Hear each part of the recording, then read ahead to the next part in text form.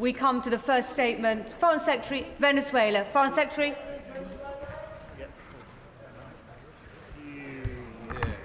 Madam Deputy Speaker, I want to begin by expressing my condolences to all of those affected by the terrible tragedy in Crans-Montana and my support for the Swiss authorities.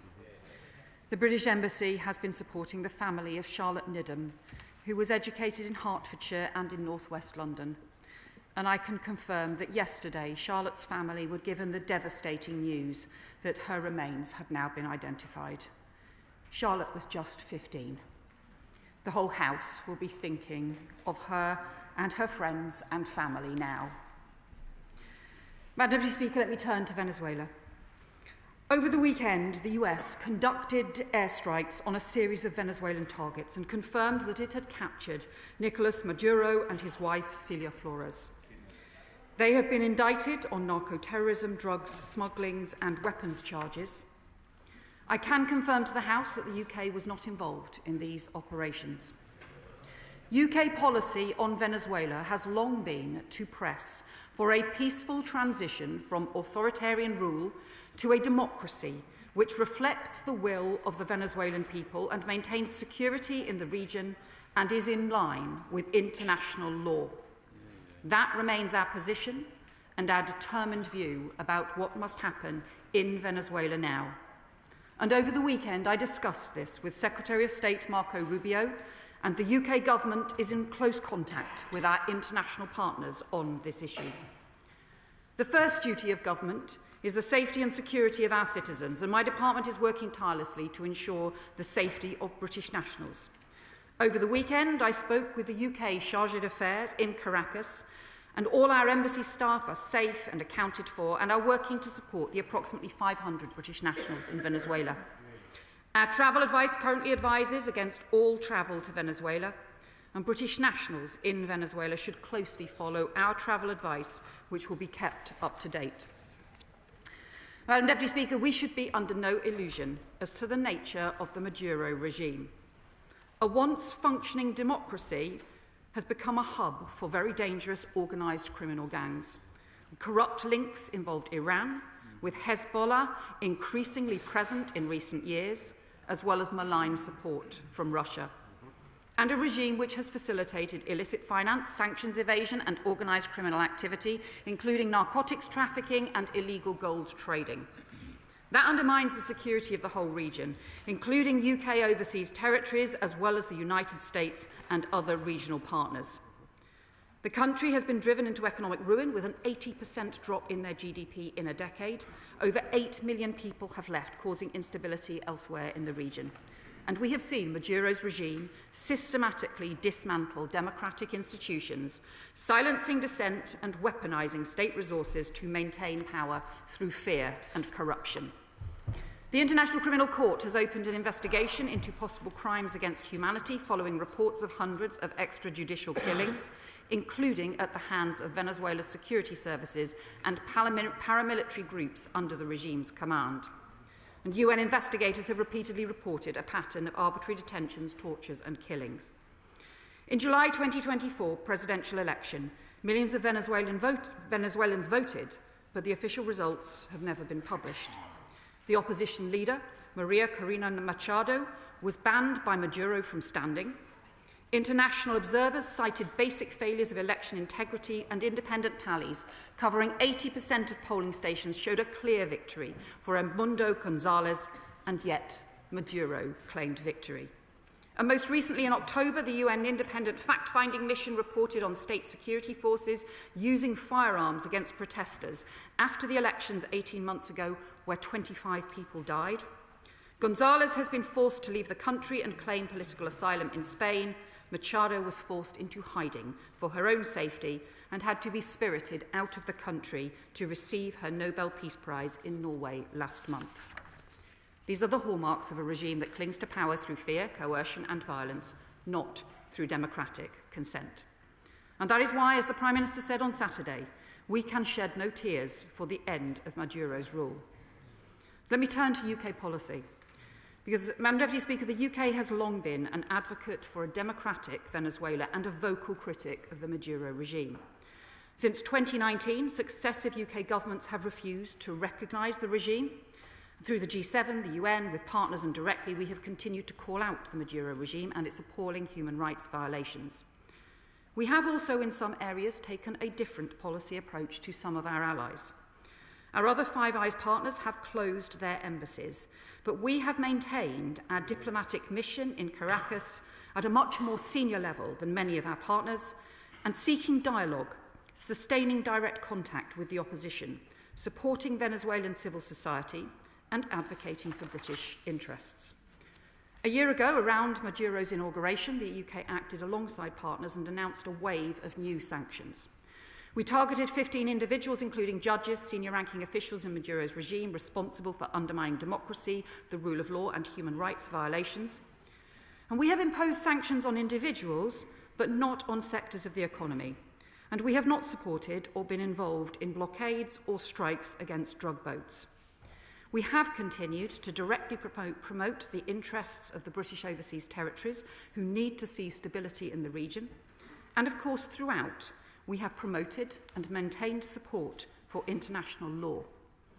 Commitment to international law, as the Prime Minister set out on Saturday, is immensely important to this government. Those principles guide the decisions that we make and the actions we take as part of Britain's foreign policy. That commitment to international law is part of our values, is also strongly in the UK's national interest. And our manifesto talked about a foreign policy that is progressive and that is also realistic, engaging with the world as we find it in the interests of UK security, prosperity, and our values. That means upholding international law and defending democracy, and it means confronting the complex, evolving, and hybrid threats that we and our allies face in the world today. And those principles and values also guide the conversations that we have with our allies across a range of issues where we agree and disagree. And in my discussions with Secretary Rubio, I raised the importance of complying with international law, and we will continue to urge all partners to do so at every stage. It is, of course, for the US to set out the legal basis for their actions, and the UN Security Council is discussing Venezuela this afternoon. These issues will continue to be matters for international discussion. I discussed with Secretary Rubio what should happen next, and our continued commitment to a transition to a peaceful and stable democracy. Our collective immediate focus must be on avoiding any deterioration in Venezuela into further instability, criminality, repression, or violence. That would be deeply damaging for the people of Venezuela, our own overseas territories, our allies, and in the US and other regional partners. The UK has long been clear that the leadership of Venezuela must reflect the will of the Venezuelan people. So the international community must come together to help achieve a peaceful transition to a democratic government that respects the rights and will of its people. That must mean action on the economic crisis, the release of political prisoners, the return of opposition politicians, an end to political repression, respect for human rights, and plans for the holding of free and fair elections. And I urge the acting President, Delcy Rodriguez, to take these steps forward because the people of Venezuela have a right to decide their own future. The US Secretary of State and I discussed the particular role that the UK can play to support a peaceful democratic transition and stability. Because drawing on our embassy in Caracas and on the work that we have done over many years to build up relationships and dialogue with Venezuelan opposition parties and with the current authorities and regime, and of course, our relationship with the US. To that end, I have also spoken today with Venezuelan opposition leader Marina Corina Machado, and her unwavering fight for democracy, human rights, and the rule of law in Venezuela and against oppression is inspirational, and we will keep in touch over the days and weeks ahead. Finally, Madam Deputy Speaker, let me turn briefly to another matter. The House will have seen recent comments from the United States and from Denmark regarding Greenland. Let me be very clear on the UK position. Greenland is part of the Kingdom of Denmark. Our close European partners, our long-standing NATO allies. and all our countries work closely together on security issues and will always do so. The future of Greenland is a matter for the Greenlanders and Danes and no one else. I commend this statement to the House. I call the Leader of the Opposition, Kemi Badenoch. Thank you, Madam Deputy Speaker. And I would like to start by associating myself with the condolences expressed by the Foreign Secretary about the awful tragedy in Crans, Montana. And I also would like to thank her for her statement on Venezuela. Although I am disappointed that it is not the Prime Minister delivering this statement, because many of us in this House and beyond want to know how he is going to respond to this situation. Madam Deputy Speaker, Nicolas Maduro was a tyrant who criminally abused the Venezuelan people and destabilized the region. It is no surprise that there is jubilation on the streets because Venezuelans remember what their country was like before it was ravaged by years of socialist dictatorship. For years, the Conservative government refused to recognise the legitimacy of Maduro's horrific regime of brutality and repression, and we were pleased to see the Labour government follow suit. However, Madam Deputy Speaker, we are in a fundamentally different world. The truth is that while the likes of China have been strategic and aggressive in strengthening their influence across the world, including South America, the West has been slow. Foreign policy should serve our national interest. It should be about keeping Britain safe. We should be clear-eyed. The United States is our closest security partner. We must work with them seriously, not snipe from the sidelines. We on this side of the House understand why the US has taken this action. As the Foreign Secretary said, UK policy has long been to press for a peaceful transition from authoritarian rule to a democracy. That never happened. Instead, Venezuelans have been living under Maduro's brutal regime for many years. The US has made it clear it is acting in its national interest against drug smuggling and other criminal activity, including potential terrorism. So we understand that. However, we do have concerns about what precedent this sets, especially when there are comments made about the future of Greenland. It is important that the United Kingdom supports its NATO ally, Denmark, which has made it categorically clear that Greenland is not for sale. So I welcome the Foreign Secretary's remarks in that regard. What is critical now is the stability of the region and the wider world. It is important that we listen to those who have been risking their lives for freedom and democracy in Venezuela. Opposition leader Maria Corina Machado, when asked about US action, said that Venezuela had already been invaded by Iran, by Russia, by drug cartels, and Hamas and Hezbollah. It is clear that Venezuela had become a gangster state. I am pleased to hear that the Foreign Secretary has spoken to Maria Machado, but can she also update the House on whether the Prime Minister has spoken to President Trump? And I ask this because the government talks up its relationship with the US, but we keep finding that we are not in the room when big decisions are made. Madam Deputy Speaker, we should be under no illusions. A democratic transition in Venezuela will be far from straightforward. So when the Foreign Secretary speaks of democratic transition, what does that actually mean to the government in practice? And can she also set out what happens to the UK's Venezuela sanctions regime now? In a world changing as it is, we must be serious and responsible about our security and standing. We know what the President of the United States strategy is. His government set out its national security strategy last year. The US is acting in its national interest. We need to do the same. We should be working to protect the rules-based order, and we should be standing up to hostile actors that want to undermine us. But what is our government doing instead? Giving away the Chagos Islands and paying £35 billion for the privilege with no strong legal basis to justify this. Last year, the Defence Committee warned that the UK was not adequately prepared to defend herself from attack. The government is still stalling on defence spending. Conservatives want to see spending increase to 3% of GDP. We want to see spending increase to 3% of GDP by the end of this Parliament, given the changing world. Why has the government not matched that commitment? It has never been more important for the UK to have a coherent foreign policy strategy. Right now, Labour doesn't have one. If they do, We'd like to hear the Foreign Secretary tell us what it is, because I didn't hear anything remotely sounding like that in her statement. Let us be honest, Madam Deputy Speaker, old strategies will not work. We are living in an increasingly dangerous world. The axis of authoritarian states seeking to undermine us respects just one thing: strength. Britain must be ready and willing to defend our own interests, to protect ourselves from those who would undermine us, to protect the unity of the Western Alliance, and to support democracy and freedom around the world. Yeah. Foreign Secretary.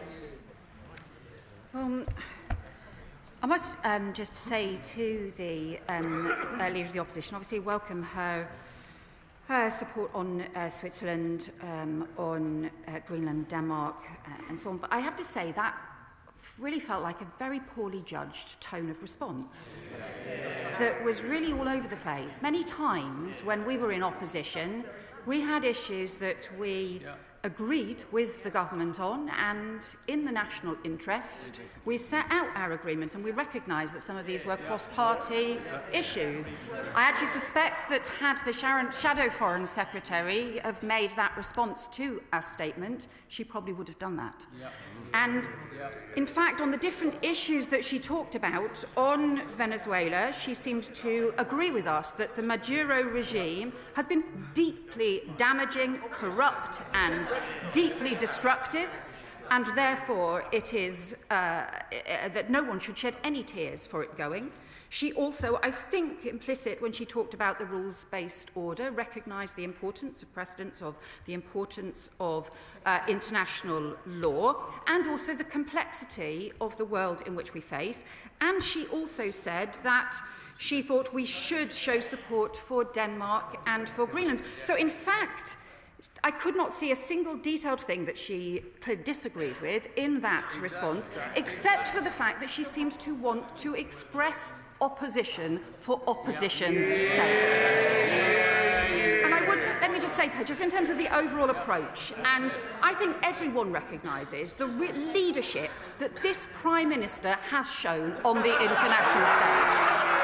Chairing the coalition of the willing, leading the European and international support for Ukraine against Russia, agreeing 3 trade deals with India, Europe, the US, after her government ripped up the trade cooperation and trashed the UK's reputation across the world. The biggest increase in defence investment since the Cold War, properly supporting UK security, and with the US, the most successful state visit leading to major tech investment in the UK, with the UK Prime Minister who talks frequently to the US, and deep partnerships on security, intelligence and the military.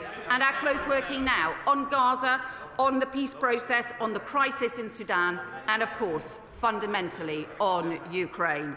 So, many times in the past, we took a cross-party approach. I would just expect her to do the same on the matters that are really about the future of this country. This government will continue to stand up for Britain's interests, for our prosperity and for our values. Chair of the Foreign Affairs Committee, Emily Thornberry. Thank you very much, Deputy Speaker. If a large and powerful country abducts the leader of another, however abhorrent that leader is, and then tries to intimidate the smaller country in order, it says itself, to gain access to its resources, doesn't the Foreign Secretary agree that this should be called out? Not just by Britain, but by our Western allies. We should be calling it out for what it is, a breach of international law. It is not for the country that is breaking the law to say whether or not it has broken the law. It is for the West, surely, to stand up and say, call it as it is. Doesn't she therefore share my concern that there might be a profound risk of international norms changing?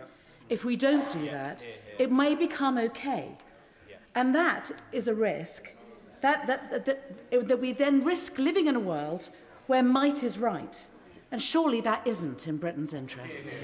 Secretary. Can I just thank my honourable right honourable friend for her question, and also recognise that she has been consistent in her opposition to the Maduro regime, even when she was under pressure not to be through many years.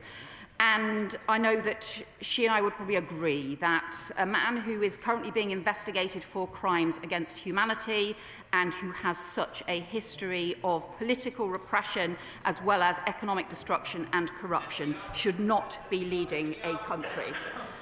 And she rightly refers to the issues around international law, and I've set out our commitment to international law, and she will know that my predecessor as Foreign Secretary talked about progressive realism, where we set out the progressive principles we follow, how important international law is because of the framework that it sets that is in our interests, not just reflecting our values, but also that we engage with the world with the way it is. And I can assure her that as part of that, I have raised this issue of international law with Secretary of State Rubio and made clear that we will continue to urge all countries to follow it. Leader of the Liberal Democrats, Edward Davey. Thank you, Madam Deputy Speaker. Can I associate myself and my party with the comments from the Foreign Secretary about the tragedy in Crans and Montana? Madam Deputy Speaker, when President Reagan invaded Grenada, Margaret Thatcher said this: "We in the Western democracies use our force to defend our way of life. We do not use it to walk into other people's countries. We try to extend our beliefs not by force but by persuasion." So I'm disappointed we've heard nothing as clear and courageous from either the Prime Minister or the Foreign Secretary or today's Conservative Party. Maduro is a brutal, illegitimate dictator. But that does not give President Trump a free pass for illegal action. This wasn't about liberating the Venezuelan people. Trump's refusal to back Nobel Prize winner Maria Machado, Maduro's brave liberal opponent, shows Trump has no interest in Venezuelan democracy. This is about Trump believing he can grab anything he wants and get away with it, this time oil. We know what happens when an American president launches an illegal war under the pretext of an imminent threat. It's why we oppose the Iraq war and why we condemn Trump today. National sovereignty matters. International law matters. Without them, the world is far more dangerous and we are all less safe. Anyone who thinks Trump's actions will make China or Russia think twice is either hopelessly desperate or desperately naive. Putin and Xi will be using this president to strengthen their hands in Ukraine and Taiwan. And Madam Deputy Speaker, anyone who thinks Trump will stop with Venezuela hasn't read his new national security strategy. He's already threatening Colombia, Cuba and Greenland and even democracies across Europe. Does the Foreign Secretary not realise how ridiculous it looks to refuse to call this what it is, a clear breach of international law? Will she at least publish all the advice the government has received on the legality of Trump's actions? Secretary. Well, let me say to the honourable gentleman that we do, I hope, agree on the brutality of the Maduro dictatorship.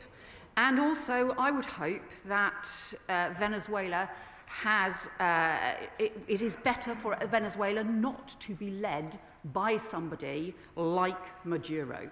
And therefore, the most important thing now for Venezuela is for it to have a transition to democracy.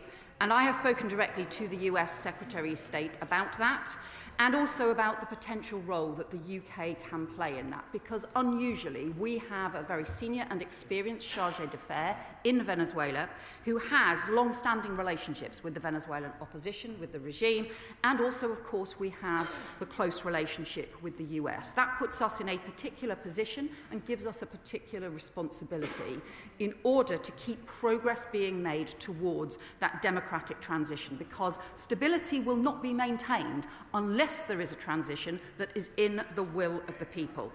We say to him, just in terms of international law, again, we have made very clear our commitment to international law and the way that it must guide our decisions in UK foreign policy, and we will continue to raise it with our partners, both in public and in private, and it is important that we do so. And as for the issue on government legal advice, he will know that the Ministerial Code is very clear about government not either publishing or commenting on different legal advice. Diane Abbott. Nobody in this chamber wants to defend the regime of Maduro.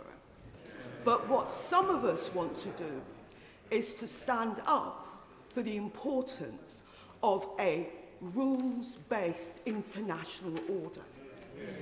And I might add, because my parents were born overseas, I take the question of national sovereignty extremely seriously. And you cannot have a situation where a country, because it is bigger and stronger, walks into a smaller country, snatches its political leadership, whatever you think of that political leadership, but snatches its political leadership, helicopters it out, and puts it on a show trial in an outside country.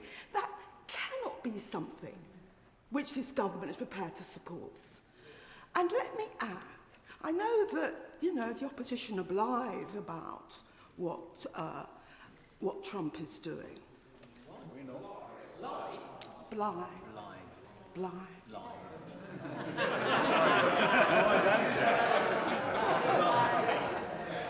I know the opposition are blithe about what Trump is doing. But let me say this, there will be countries that will look at Trump's attitude and carelessness to issues of sovereignty, and they will think, what happens if they have that threat?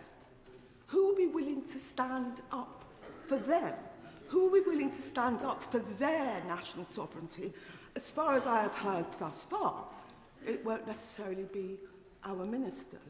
And there will be individuals. Order. The Right Honourable Lady must get to a question shortly, please. The question is, what would the Foreign Secretary say to British voters, ordinary British voters, not particularly left-wing British voters, that do not understand why a British Prime Minister is not willing to stand up for an international rules-based order and is not willing to defend national sovereignty? Well, what I would say to my right honourable friend is that the support for a rules-based international order and for international law is a central part of our foreign policy and the decisions that the UK government makes and the actions that we take. There is an approach which says that, look, this is a new world of great power politics and spheres of influence and which rejects the role for the international law. That is not our view, not only because we believe this is right, it is part of our values and part of our progressive values, but also because it is in UK interests as well to do so. It's why we believe not just in the UN Charter, but also more broadly in international law and a rules-based framework as well. But it's also why we believe in rules-based alliances and the maintenance of those alliances. And contrary to the approach of the sort of great power strategic hemispheres, we believe in the transatlantic alliance and the NATO alliance. That is why we're taking such a strong position on Greenland and Denmark, but it is also why we work with close allies and talk to them on many issues privately as well as publicly. Father of the House, Sir Edward Leigh. At the end of the Foreign Secretary's statement, I'm no wiser as to whether the government approves this action and believes or does not believe that whether it breaks international law. Now, the Prime Minister is such a devotee of international law that he's not prepared to defend our own borders from the small boats and take the necessary action. Correct. Why is it that there's one law for the American president doing what is right for his country and defending his country, but it's a different law from us. So the simple question is, does the government believe this breaks international law? Does it approve this action? Foreign Secretary. Well, I think, as I said in my statement, as the Prime Minister said on Saturday, there can be no tears shed for the Maduro regime and the damage that it has done over many years. It is for the US to set out the legal position behind their actions. We were not involved in those actions. We continue to be guided by international law in our approach, and we continue to work now for the most important issue, to get transition to peaceful democracy in Venezuela. Richard Burgon. Thank you, Madam Deputy Speaker. It was the Prime Minister that decided to disregard the United Nations Charter when it came to Trump's bombing, killing and kidnapping of a head of state. I think it speaks volumes that the Prime Minister has chosen not to come to this House to explain his decision. The reality is this: if it were Putin doing this, the Prime Minister would not be saying, oh, it's up to the Russians to decide whether or not this is legal.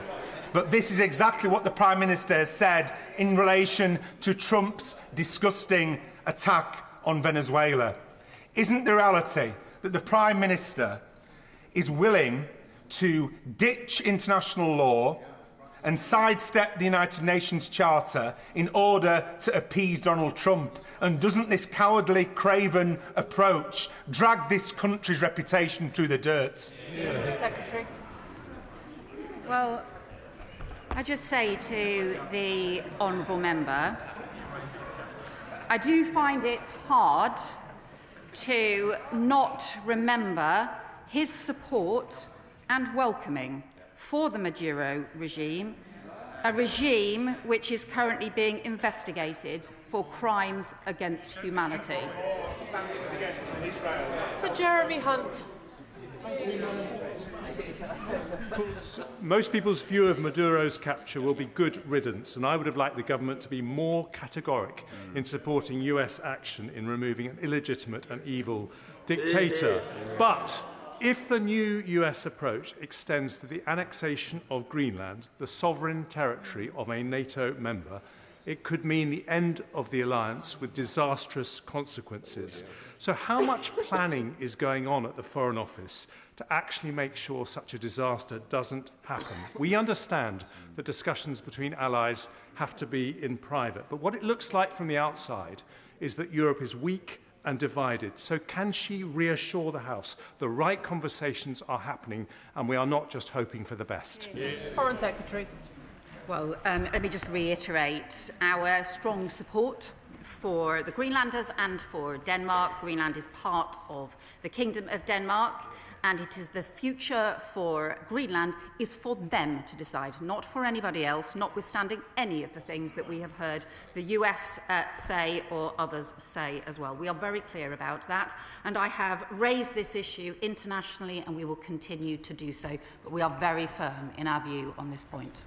Phil Brickell. Thank you, Madam Deputy Speaker. My constituents don't mourn the removal of Nicolas Maduro, who oversaw violent repression of his own people, a fraudulent presidential election and horrific human rights abuses for many years. But they are alarmed about the unilateral regime change sought by the Trump administration in order to access Venezuelan oil resources. Two wrongs don't make a right. So what measures is the Foreign Secretary taking to support opposition leaders, including 2025 Nobel Prize winner Maria Corina Machado? Foreign Secretary.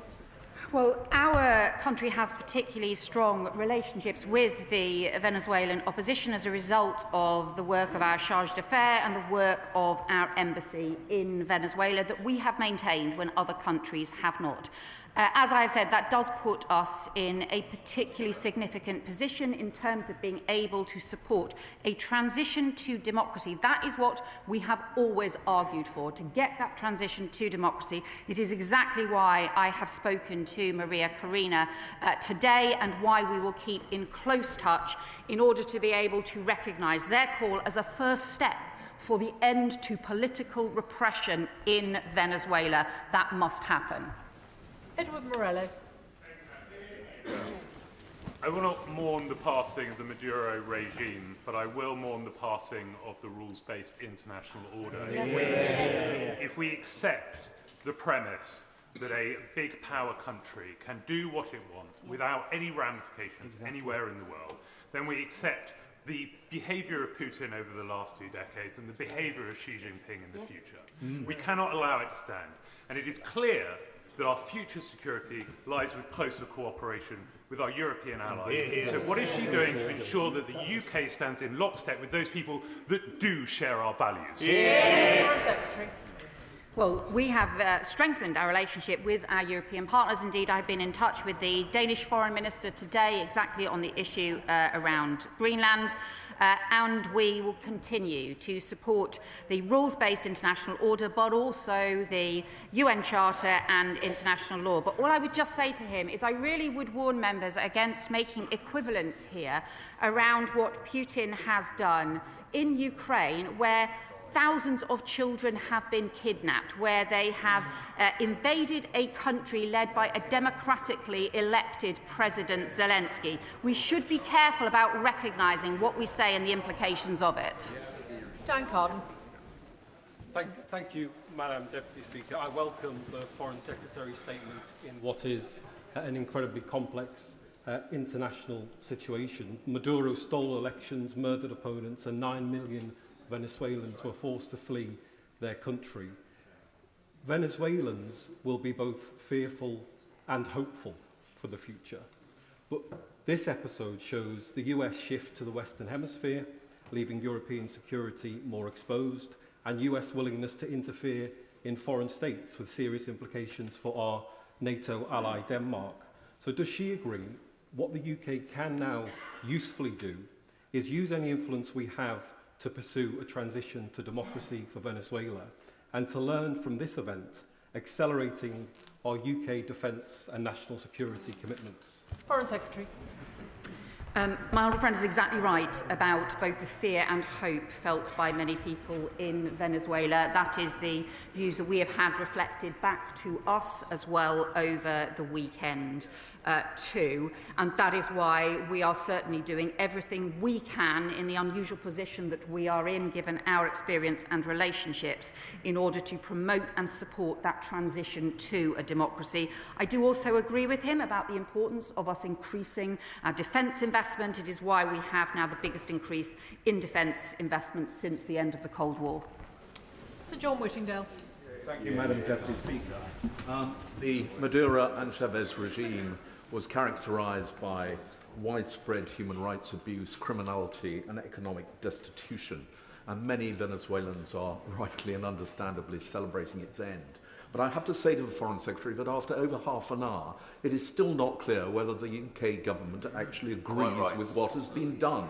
She referred to the discussion taking place in the UN Security Council at the moment. Can she say what the position of the UK will be at that meeting? Foreign Secretary. Well, I set out our position at the beginning of the statement, which is that we supported and have long supported a peaceful transition to a democracy from an authoritarian regime. We shed no tears for the removal of the Maduro, but we also want to see the establishment of a democracy and a transition, a peaceful transition to a democracy, which we do not yet have in Venezuela. That is what we will work towards, and we will always argue for the upholding of international law. Members will be aware that there are very many of you wishing to contribute to this statement. There's another statement to come and an important debate later. Please, can I encourage you to make questions short? Tan Singh Desi. Thank you very much. Madam Deputy Speaker, whether it's Venezuela, Greenland, Ukraine, Palestine or Taiwan, the UK government is right to champion international law, but we must face facts. The global rules-based order is crumbling before our eyes as increasingly nations disregard those rules and national interest trumps long-standing alliances. And in this new era of strongman politics, whether we like it or not, military strength is the ultimate guarantor of our security and sovereignty. So, Secretary of State, what steps are the government taking to accelerate investment in defence and send a clear signal so that we are respected by both friend and foe globally? Foreign Secretary. Well, my honourable friend is right to say, and I said in a speech just before Christmas, that the global rules-based order is under pressure from different directions. However, we believe it remains important. It is particularly important, and it is in our interests and the nature of our country and history. It is in our interest, but it is also a fundamental part of our values. And we believe that the international law and the rules-based order are fundamentally a foundation for peace and security across the world. We do have to engage with the world as we find it, not as we would like it to be. That does mean continuing to advocate for international law, both with people right across the world, including directly with our allies, but it also means increasing our investment in defence, because fundamentally protecting our national security has to be the most important priority for the government. Tom Tugendhat. Thank you, Madam Deputy Speaker. Surely the real story coming out today and over the last few days is the revelation that we should all have known that this country has opted out of protecting in the international rules-based system. We have not significantly invested in defence, and even the commitment that the Foreign Secretary speaks of does not keep pace with defence inflation. So doesn't this really reveal a simple truth? That, as the Prime Minister revealed on Sunday, he hasn't even spoken to the American President. The Americans did it without us because the Americans don't give a damn what this House thinks. Foreign Secretary. I guess I would just have to ask, who was it who didn't significantly invest in defence over the last 14 years?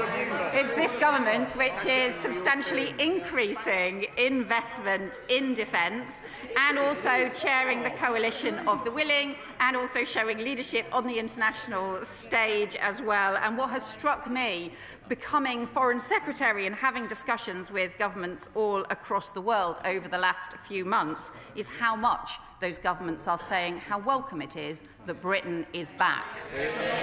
Nick Smith.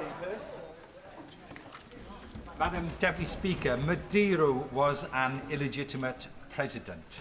From Caracas in the New York Times today, Colette Capriles describes a struggle for survival, a primitive capitalism, a web of bosses, private loyalties, corrupt practices, and institutional ruins that replaced public life in Venezuela. So can I ask the Foreign Secretary, what can the UK do to support the development of strong civic institutions there that can help build a new Venezuela? Foreign Secretary. My honourable friend is exactly right, because, look, there is a risk, a real risk of instability in Venezuela now, and building civil society, giving people in Venezuela the hope rather than the fear now, ensuring there is stability, but also building up capacity, working with opposition parties and with other organisations is now going to be crucial. That is something we are strongly advocating for. It is something that I have discussed with the US Secretary of State and said that we will continue to make a priority based on the work that our excellent Charge d'Affaires has been doing over many years, but now we need to do it extensively, including in discussion with opposition parties. Pete Wishart.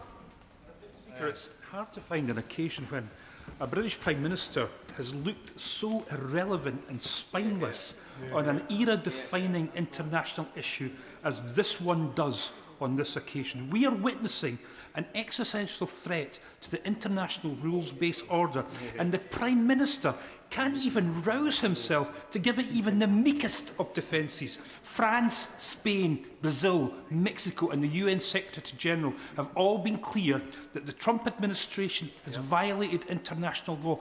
When will the Prime Minister and the Foreign Secretary find their voices and join that chorus of condemnation? Foreign Secretary. Well, what I would say is the Prime Minister's response has been very much in line with the leaders of countries not just across Europe, but across the world as well. and we continue to stand up for and highlight the importance of international law, but also to focus on the realities in Venezuela, where there has been huge damage done over a long time, including with the interference by Iran and by Russia in Venezuela as well, and to focus on what should be all of our priorities now, which is getting a democratic transition for Venezuela. Lizzie Collins. Thank you, Madam Deputy Speaker. We speak today from the heart of our democracy, where power transfers peacefully according to the will of the people. So I thank the Foreign Secretary for her statement. And does she agree with me that democracy is the right of all people, no matter where they live? And does she further agree with me that it's for Venezuelans to decide what their future holds? Foreign Secretary. I completely agree with my honourable friend, and the people of Venezuela have been denied that democratic right for far too long. Election results have not been respected, and they have faced some of the most horrendous political repression, including on an industrial scale. The July 2024 elections were clearly not respected, and the official results were never published. That is why we continue to work with to talk to the opposition parties and also to talk to others in Venezuela about the importance of getting that democratic transition in place. Sir Andrew Mitchell. Of course, Madam Deputy Speaker, quite a lot depends on what now happens. But Mr. Maduro stole the elections in Venezuela in plain sight. He is a narco-terrorist and has destroyed the lives of tens of thousands of American citizens and more widely, and made huge amounts of money out of it. Isn't the world a better place with him before the courts in New York? And in this case, do not the ends justify the means? Foreign Secretary. So, I think that Venezuela is in a stronger position without Maduro leading them, especially given the horrendous human rights abuses, the huge damage to their economy as well. But he said at the beginning the implication from what he said was that this is important about what happens next. And what happens next really does matter. And that is where the UK is determined to do everything we can to make sure that that is a transition to a democracy and to stability as well. Because I don't think Venezuela will have stability without a proper democratic transition. John McDonnell. The Secretary of State has said that the role of the government has been to uphold international law. Part of upholding international law is to call out crimes when they're witnessed. And what we've seen here, the Article 2.4 of the United Nations Charter is very explicit about the illegality of entering into a foreign state with armed force. And that's why I have to say I found it shameful that the Prime Minister and ministers today in the news rounds have refused to condemn this action. Because in not condemning the action, I think Trump will interpret that as the green light to go in wherever to steal the national assets of those countries. And as a result of that, we're all in a more dangerous place. Well, what I would say to my friend is the importance of promoting international law in the most effective way also means promoting the rules-based order and the rules-based alliances that we have. It means being able to raise issues around international law both publicly and privately in a way that has the greatest results to defend the rules-based order. That is what we will continue to do, and that, frankly, is what is in the UK's interest. Alicia Kearns. Thank you, Madam Speaker. Venezuelans are relieved to be free of Maduro tyranny. However, Venezuela risks remaining a failed state rather than a free state unless the international community comes together. Oil companies are not state builders, nor are they capable of democratic capacity building or enabling political transitions. I was surprised there was no mention in the Foreign Secretary's statement of plans to evacuate British nationals if possible, nor how many British nationals are in country. I also asked what phone calls the Foreign Secretary has had since this action with the leader of Commonwealth country and nation Guyana, to whom we have an important relationship, and if she hasn't spoken to that leader, why? Foreign Secretary.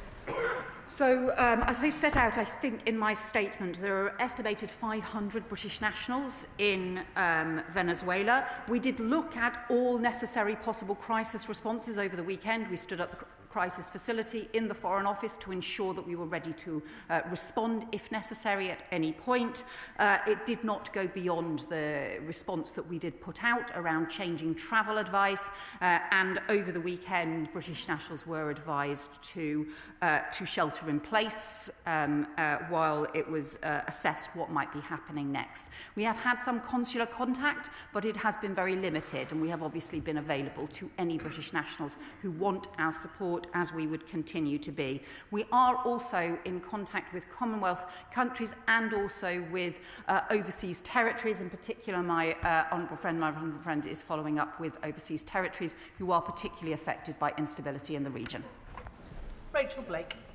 Thank you, Madam Deputy Speaker. I'm grateful for the Foreign Secretary's remarks, and she's talked about instability in the region and the need for grassroots investment in order for there to be a peaceful transition. Can she share with us the assessment that she's made about the impact of economic instability in the region and the role of businesses in the region, and how that instability could feed into and damage the possibility of a peaceful transition? Secretary.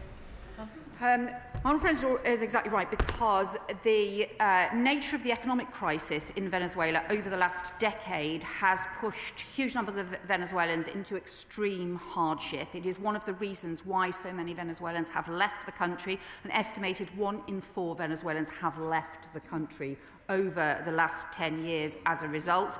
And this should be a country with a strong economy. It is very important to build that up. But crucially, that has to be to the benefit of the people of Venezuela, not to the benefit of criminals or corrupt regimes.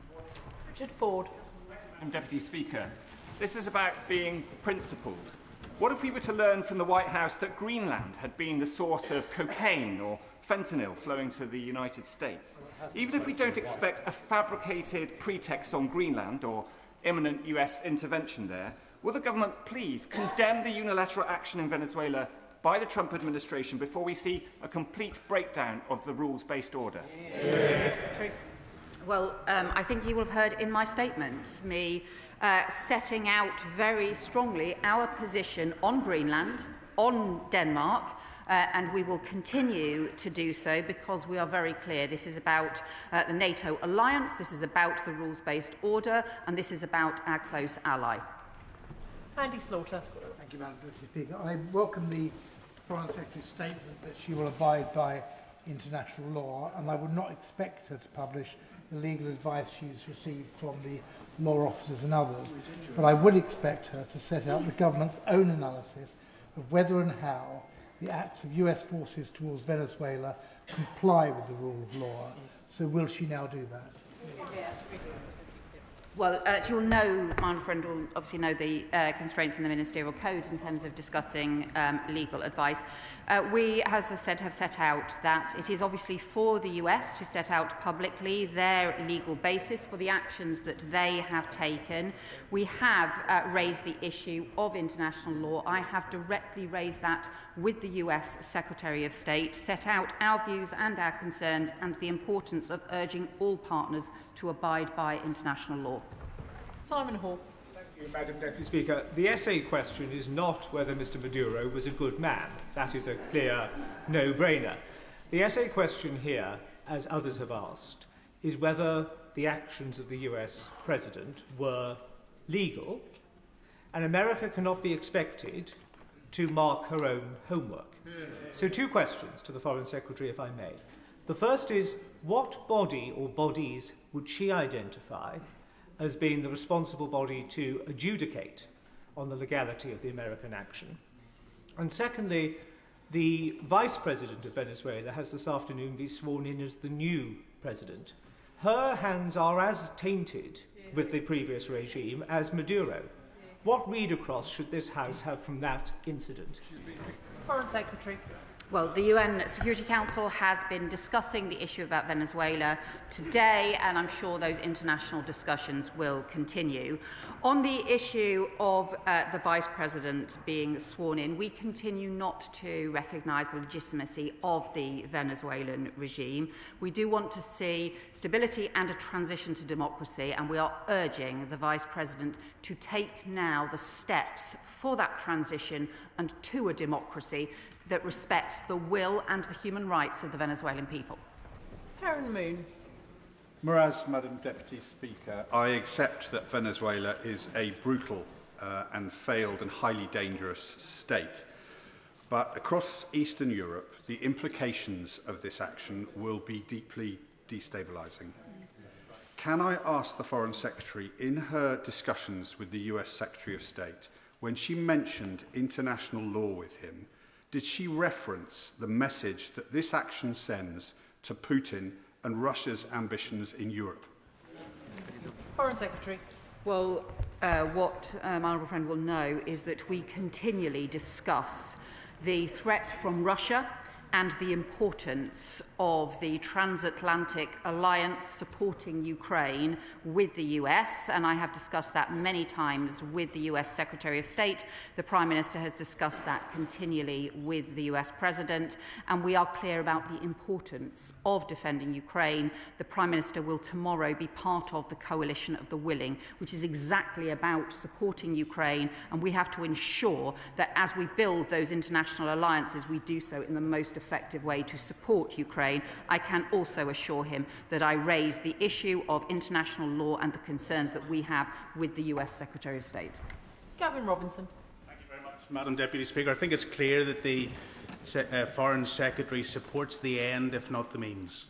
And I think it is clear that she accepts the outcome, though she can't bring herself nor the government to condone the actions of President Trump. But today we learned that the Chinese have warned against both touching the oil resources of Venezuela and also demanded the return of President Maduro. Does she see that as sabre-rattling, or is she concerned? Well, what I would say is that I know that there have been many concerns about the engagement, particularly as well of Iran and Russia in the oil industry in Venezuela. He referred to issues around China and the position of the Chinese government. What I would just say is I think the oil industry in Venezuela should be benefiting the people of Venezuela, not other countries, not corrupt regimes, but actually the people of Venezuela. Stella Creasy. Thank you, Madam Deputy Speaker. The truth is the warning signs that the rules-based order is at risk have been there for some time. In her evidence to the Congress during the impeachment inquiry into President Trump, the former White House advisor on Russia and Europe, Fiona Hill, claimed that an informal offer was made by Russia to withdraw their support for Venezuela in exchange for America withdrawing its support for the Ukraine. In the light of these events, will the Foreign Secretary confirm in her conversations with our American counterparts that this specific allegation has been raised and what response she had? Foreign Secretary. Well, I think we continue to have very important discussions with the US about Ukraine and about support for Ukraine, and many of those discussions have been about the security guarantees that the US would provide as part of a peace agreement for Ukraine. Those security guarantees involve the US providing that support, working with other European countries. That will continue to be a central objective of our foreign policy now. Sir Bernard Jenkin. Thank you, Madam Deputy Speaker.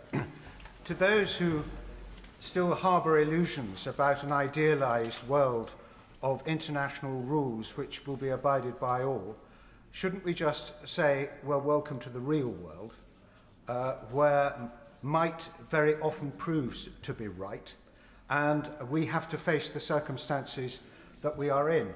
Can I therefore give my support to the government's ambivalence, as supported by my right honourable friend, who I think also rightly criticised the slow pace of rearmament, and that's all she disagreed with the government about. but can she now avoid blowing the bridges that we have with the United States and use that influence? And doesn't she agree it really would be stupid to slag off President Trump now when we want to have influence over what he does next? Foreign Secretary.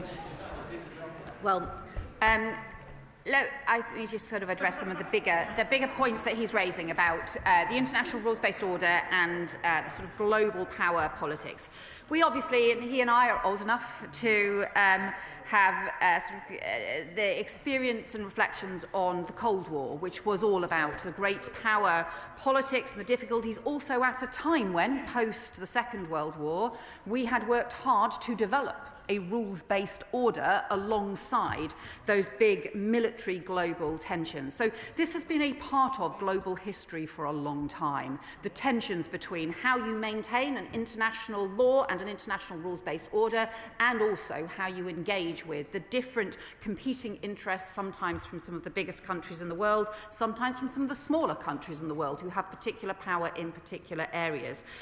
In terms of the UK's approach, we continue to believe in the importance of a rules-based order and the importance of that kind of international framework. We also engage with the world as it is, the world as we face it, and we need to be able to do so and to be agile in responding to that. Imran Hussain. Thank you, Madam Deputy Speaker. Regardless of what is said in this place, it is clear for all to see that Trump's illegal actions in Venezuela are a blatant violation of international law, and now he has Greenland clearly in his sight. And frankly, the response from the international community and our own government has been shameful. How can we pretend to defend international law? Madam Speaker, how can we pretend to defend international law when we refuse to even condemn the most blatant of violations and do not apply equally? The reality is we are sending a green light that the rules, international rules, no longer apply. And let's call this what this is. Trump's actions are not about democracy, it's about oil and old-fashioned colonialism. So I give the Foreign Secretary the opportunity again. If she truly believes and wants to stand up for international law, she should stand up on that dispatch box and condemn these illegal actions. And if she does not, then she should admit... I think we've got the gist. We really do need to have shorter questions, or everyone is simply not going to get in. Foreign Secretary. Yeah, I would just remind the honourable member the Maduro regime was a deeply authoritarian and corrupt regime which allowed countries like Russia and Iran and Hezbollah to intervene, to increase their influence in that country. We should not shed a tear for the end of the Maduro regime. What we should do is work for democracy. That is in our values. That is what we will continue to do. And we will also continue to stand up for international law. Alistair Carmichael. Speaker, last time I saw this degree of agreement between the government and opposition front benches in relation to foreign policy was in the run-up to the war in Iraq, and we all know how that ended. But can I welcome what the Foreign Secretary says about being clear that the leadership of Venezuela must reflect the will of the Venezuelan people? So when she spoke to Secretary Rubio, did she condemn President Trump's assertion that he should run Venezuela for the foreseeable future? Secretary. Well, I think what we've seen happen in practice is obviously the US do not have boots on the ground in Venezuela, and the Vice President has been sworn in. We are continuing not to recognise the Vice President as a legitimate regime in Venezuela and continuing to press for a democratic transition. I discussed with the US Secretary of State the importance of a democratic transition, the importance of working with the opposition, and also the role that the UK could play in doing that, because I think ultimately this has to be about making sure that the will of the Venezuelan people is respected. Sonia Kumar. Thank you, Madam Deputy Speaker. The United Nations Charter states, Article 2.4, all members shall refrain in their international relations from the threat or use of force against territorial integrity or political independence, of any state. Yeah. Does the Secretary of State agree that even when a president lacks democratic legitimacy, any peaceful transition in Venezuela must be in the hands of their people and not dictated by foreign governments who must follow international law? Yeah. I think the peaceful transition is essential, and it has to be to democracy, and it has to be about reflecting the will of the Venezuelan people. That is why I have spoken today to Maria Corina Machado, and that is what we will continue to press for, and our embassy in Caracas will continue to press for. Dr. Andrew Murison. Will the government use any influence its silence on Venezuela is buying to impress on President Trump that whilst it may be expedient for the UK to acquiesce in the removal of a hideous old tyrant, Nicolas Maduro, hemispheric proto-colonialism that threatens UK interests or the integrity of any Commonwealth country or any European neighbour, would destroy the special relationship that has existed between our countries since the Second World War. Foreign Secretary. So I think the honourable member is effectively referring to Greenland and to Denmark. Let me just be really clear. Greenland is part of the Kingdom of Denmark. And we have said so extremely strongly. We will continue to do so. The Prime Minister has said so today, and I have been in touch with the Danish Foreign Minister today. You will have seen the strong statements, not just from the Danish Prime Minister, but from other leaders, particularly across the Nordic states as well. This is immensely important to us. We are all NATO allies. We need to all work together. That is part of how we strengthen our security. Peter Prinsley. Madam Deputy Speaker, so there is a central question here, which is simply put. If we do not condemn the American actions in Venezuela, what is to stop dictators around the world acting in a similar way against our allies and our interests? Does the Secretary of State agree that rules do matter? Foreign Secretary. Well, I think I have been clear that not only that rules matter, that international law matters, and also that we need to ensure we look at the different circumstances of different situations and rightly approach each one in turn. It is why we have set out the position that we have today on Greenland. And I do also say, I do really caution honourable members against creating equivalence between different situations in different parts of the world, very different circumstances in very different countries. We have to be realistic about the differences between them in the approach that we take. Jeremy Corbyn. Thank you, Madam Deputy Speaker. Has the Foreign Secretary had an opportunity to study the United States National Security Statement that they made at the end of November, in which they appear to give themselves the right to intervene in any country in the Western Hemisphere in order to exploit raw materials and minerals? Is she not concerned that overt threats are now being made against Colombia and Cuba, as well as the illegal kidnapping of Maduro? Is she going to make any representation to the USA about that as well? Secretary. Well, let me just say on Colombia, for example, we have worked closely with the government of Colombia. We are continue to be the pen holder on Colombia at the UN and continue to work closely with them. We also have made representations around aspects around the national security strategy where we take a very different view to the US. All I would say to the honourable gentleman, I know he has a long history in this area, but it has included support for the Maduro regime, which is now being investigated for crimes against humanity. Paula Barker. Thank you, Madam Deputy Speaker. Compliance with international law is not an either-or, and I'm extremely concerned that the action of the United States shows utter disdain for international law and leaves enormous uncertainty over the future of Venezuela.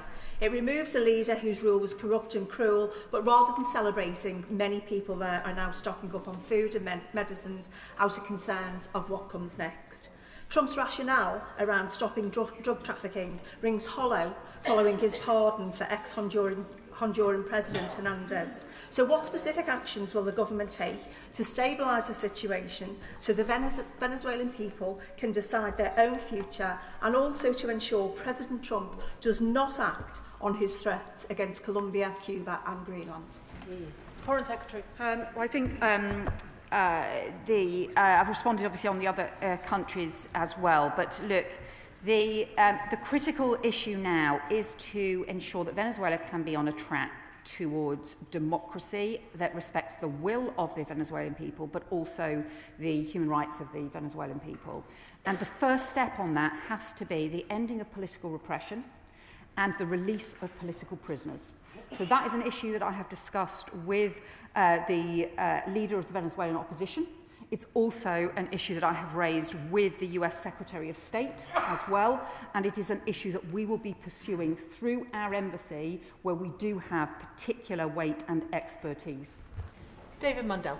Thank you, Madam Deputy Speaker. Can the Foreign Secretary say a bit more about engagement with the Commonwealth? Because not only are 2 Commonwealth countries immediately adjacent to Venezuela, there is an important Commonwealth network across the Caribbean, and surely there must be a danger at this moment that some of those countries might think that their interests are better served by looking to the United States than to the Commonwealth and the UK.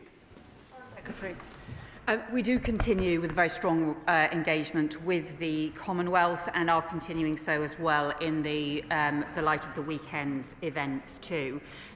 There are Commonwealth countries and also overseas territories that have been heavily affected by the instability in the region, including the instability driven by the Maduro regime, the scale of the narco-trafficking, but also and the criminal gang operations, and also the scale and pace of migration as well that has been very destabilising. We are engaging with them as well to be able to work with them on ensuring that there can be stability in the region, because that is in everyone's interests. Kirsten Sullivan. Thank you, Madam Deputy Speaker. There can be no question that it's for the people of Venezuela to choose its future, and for the international community to support democracy and uphold international law. Whilst there's no denying the illegitimacy and brutality of Maduro's regime, does she share my fears that such unilateral action sends a dangerous message to despots and tyrants throughout the world that might is right, and it endangers peace and democracy throughout the world? So I think we obviously have to keep in mind this was an authoritarian dictator who is being investigated by the International Criminal Court for crimes against humanity. And therefore, that is why the Prime Minister said we will shed no tears for the removal of Maduro. But we also believe in the international rules-based order and in the importance of countries respecting that, and we have raised that with the US. Richard Tice. Thank you, Madam Deputy Speaker. Maduro was an enemy of the West, and whilst there is disagreement in this House about the means, I think there is much agreement that actually the Venezuelan people are better off without Maduro. But can I ask the Foreign Secretary to comment more about the constructive influence that the UK and other Western allies can have to ensure an early return for the Venezuelan people to a democracy? Foreign Secretary. Well, I think the most important issue now is to ensure that Venezuela can be on that track to democracy. That means there has to be stability right now. We need to prevent further instability or criminality, but also means that starting with the end to political repression, the release of political prisoners who are held across Venezuela, those are some of the things that opposition parties are calling for as the urgent first steps. Those are the things that the UK will press for, and we will press for directly in Venezuela and in our relationship with the US as part of this process going forward. Matt Weston. Madam Deputy Speaker, there's clearly no question about the illegitimacy of Maduro's presidency, but there are questions about President Trump driving a coach and horses through the global rules-based order. How should we, the UK, now view the United States national security strategy in the light of this recent action? So the US set out their national security. We separately have set out our national security strategy, which is different, clearly, from theirs. And I have raised with the US some particular issues around the US national security strategy. It is for them, obviously, to set out their priorities as a democratically elected government. But I think this comes back to the issue about we believe in the importance not just of hemispheres of interest, but actually of the transatlantic alliance. And that has been a cornerstone of UK security. We have this unique security partnership with the US. That remains important, that alongside the international rule of law. Afra Brandreth. Thank you, Madam Deputy Speaker. I welcome the removal of Nicolas Maduro, who for too long oppressed the people of Venezuela. But history shows that the aftermath of intervention can be as consequential as the intervention itself. What specific steps is the Foreign Secretary taking to ensure that there is no vacuum for instability or hostile actors to exploit, both within Venezuela and across the wider region, particularly other hostile state actors such as Russia, China and Iran? Foreign Secretary. I think that's an extremely important issue, and that is exactly the issue I discussed with US Secretary of State Rubio yesterday, as to how we ensure that there is stability in Venezuela and that stability is then on a pathway to democracy. Because look, I don't believe stability will be maintained if there is not that route to democracy and the plan and the transition to democracy, but equally it is hugely important to ensure that we do not have greater destabilisation, including by countries like Russia and Iran, but also by the criminal gangs that have been so deeply destructive and were allowed to become so powerful under the Maduro regime. We're into Just. Thank you, Madam Deputy Speaker. I welcome the confirmation that this government supports international law and now wants to see a safe and peaceful transition to a legitimate government that reflects the will of the people in Venezuela. But would the Foreign Secretary at least agree with me that if Donald Trump's unilateral action was in breach of international law and the UN Charter, it has created a very dangerous precedent? Foreign Secretary. Well, the reason that we stand up for the UN Charter and international law is partly because it reflects our values and partly because it reflects our interests. And because that UN Charter, that international law framework, really is the underpinning of peace and security across the globe. Of course, throughout its history, throughout the history of the UN Charter, throughout decades of history, that has always been tested and strained with the reality of different kinds of international affairs all over the world, and will continue to be so. But we still believe in the importance of advocating for international law and to doing so with our closest allies as well. Ellie Chance. Thank you, Madam Deputy Speaker. The US attack on Venezuela is clearly a breach of international law. Now, of course, Maduro's violent, repressive regime must be held accountable, but the Venezuelan people need and deserve international support that upholds international law, not the unilateral, unlawful US oil imperialism that we've seen. So does the Foreign Secretary recognise that a key function of the Foreign Secretary, any Foreign Secretary, is to defend and uphold international law? Does she recognise that a year of pandering to and pussyfooting around Donald Trump has had no restraining effect, instead has emboldened him? And will she condemn that illegal US action? Foreign Secretary. Well, let me say just what's in the interests of the people of Venezuela, because that was where she started her discussion. And what I think is in the interests of the people of Venezuela is not the Maduro regime, but a transition to democracy. We have worked for many years for a peaceful transition to democracy in line with international law, and that continues to be our policy. But we will work with the reality on the ground, we will work with all of those involved, and we will use the particular assets that we have with our experienced embassy in order to promote the transition to democracy in as safe and stable a way as possible. That's exactly why we are in touch with the Venezuelan opposition. John Trickett. Thank you very much, ma'am.